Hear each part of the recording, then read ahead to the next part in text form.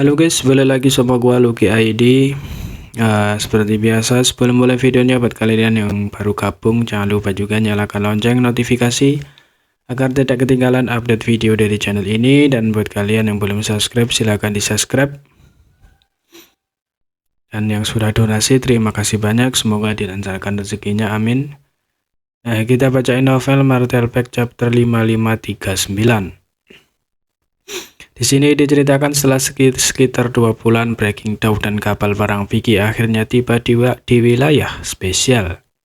Ketika mereka melewati gerbang domain, semua orang dari pasukan Fajar, Yurumeng, dan yang lainnya diam-diam mendorong kekuatan mereka untuk mempersiapkan pertempuran besar. Namun tidak ada klan di sisi gerbang domain. Di dek Breaking Dawn, mata Yangke berkedip saat dia melihat sekeliling. Di bawah pembukaan mata iblis pemusnahan, dia samar-samar bisa melihat jejak kekuatan tinta di benua terapung di kejauhan.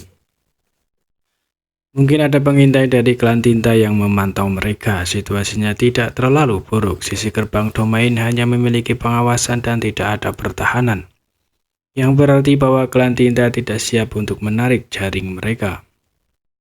Jika klan tinta benar-benar membentuk pasukan untuk mempertahankan gerbang domain, itu berarti mereka siap untuk menangkap semua kultivator ras manusia di pihak wilayah kerinduan. Jika itu masalahnya, mereka akan terlambat. Situasi ini tidak diragukan lagi adalah apa yang ingin dilihat oleh Yangkai. Yangkai tidak memperhatikan orang-orang klan tinta di sana untuk menghindari memperingatkan mereka. Sebagai gantinya, dia mengeluarkan bagan semesta dan menggunakannya untuk mencari arah sebelum memimpin 2 kapal perang lebih dalam ke kehampaan. Di benua terapung yang jauh, sekelompok klan tinta diam-diam menunggu. Pemimpin kelompok itu seorang tuan feodal menggunakan matanya untuk melihat ke arah gerbang domain. Seperti dugaan Yangkai, para kultivator klan tinta tidak ini memantau pergerakan gerbang domain dan menghitung jumlah pemburu yang telah memasuki wilayah kerinduan. Melihat Breaking Dawn dan kapal perang Vicky muncul, dia terkejut dan dengan cepat mengeluarkan batu giok dan membenamkannya Divine CC-nya ke dalamnya.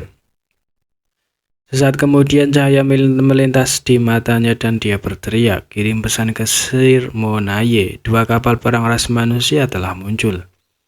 Monaye adalah salah satu penguasa wilayah bawaan yang ditempatkan di wilayah kerinduan dan dianggap sebagai penguasa wilayah terkemuka di tempat ini.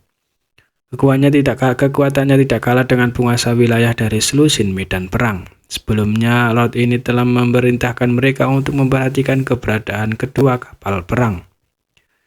Mereka tidak tahu mengapa mereka begitu memperhatikan kedua kapal perang ini, tetapi mereka hanya bisa menurut. Tuan wilayah tidak menyangka bahwa kedua kapal perang ini benar-benar memasuki wilayah kerinduan seperti yang telah diprediksi Tuan wilayah. Slip giok yang dia ambil berisi deskripsi terperinci dari 2 kapal perang. Di benua terapung ada linkness tingkat tuan feodal yang belum sepenuhnya menetas. Sarang tinta ini tingginya hanya beberapa puluh meter dan tidak memiliki kemampuan untuk melahirkan anggota klan tinta yang baru, tetapi nyaman untuk dibawa dan dapat menyediakan komunikasi. Begitu Tuan Feodal selesai berbicara, seorang master klan tinta peningkat tinggi segera memasuki sarang tinta dan melaporkan semuanya di sini.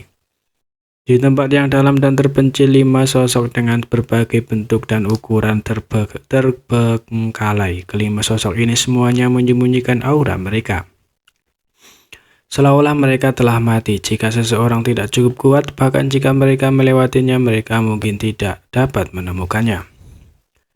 Tidak diketahui berapa lama mereka tertidur di sini, tetapi mereka tidak bergerak sama sekali. Dari kelihatannya mereka sedang berhibernasi.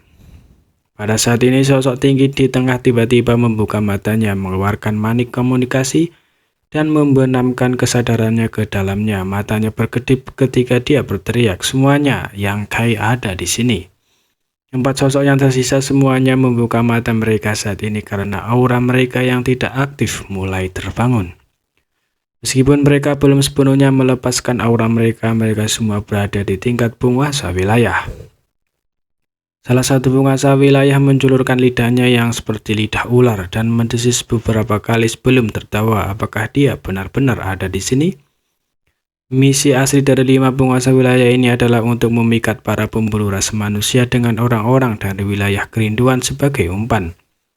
Kalau tidak, bagaimana mungkin wilayah kerinduan belaka memiliki 5 penguasa wilayah yang menjaganya?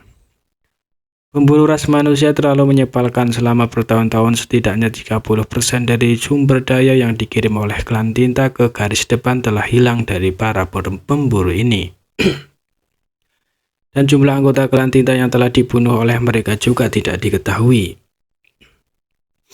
Para penguasa wilayah semuanya sangat marah dan mereka juga telah berpatroli di berbagai domain besar mencari jejak para pemburu. Meskipun efektif, itu tidak terlalu efektif. Pemburu ini semuanya sangat licik dan tidak akan menunjukkan wajah mereka sedikit pun. Tetapi jika mereka yakin bisa menang, mereka akan segera melarikan diri. Kali ini sejumlah besar kultivator ras manusia telah ditemukan di wilayah kerinduan. Jadi itu adalah kesempatan yang baik bagi mereka untuk menyebarkan berita untuk menarik perhatian para pemburu. 5 penguasa wilayah serta berbagai pasukan besar yang tersembunyi di seluruh wilayah kerinduan sudah sangat memikirkan para pemburu ini. Menurut rencana awal, setelah cukup banyak pemburu memasuki wilayah kerinduan, pasukan klan tinta yang tersembunyi akan menutup berbagai gerbang domain. Pada saat itu, jika penguasa wilayah ini menyerang, itu sama saja dengan menutup gerbang dan memukuli anjing. Namun sebulan yang lalu, berita datang dari wilayah Nether Misterius bahwa komandan resimen tentara Nether Misterius yang secara pribadi memimpin 2 kapal perang keluar dari wilayah Nether Misterius. Keberadaan mereka tidak diketahui dan kemungkinan besar mereka telah pergi ke wilayah kerinduan untuk menyelamatkan para kultivator ras manusia yang terperangkap. Mereka belum pernah mendengar nama Yang sebelumnya, tetapi identitasnya sebagai komandan resimen tentara Nether Misterius sudah cukup untuk menarik perhatian para penguasa wilayah ini. Komandan resimen ras manusia semuanya berada di puncak Orde ke-8 dan sangat sulit untuk dihadapi. Jika mereka bisa membunuh tuan seperti itu akan menjadi pukulan besar bagi moral ras manusia.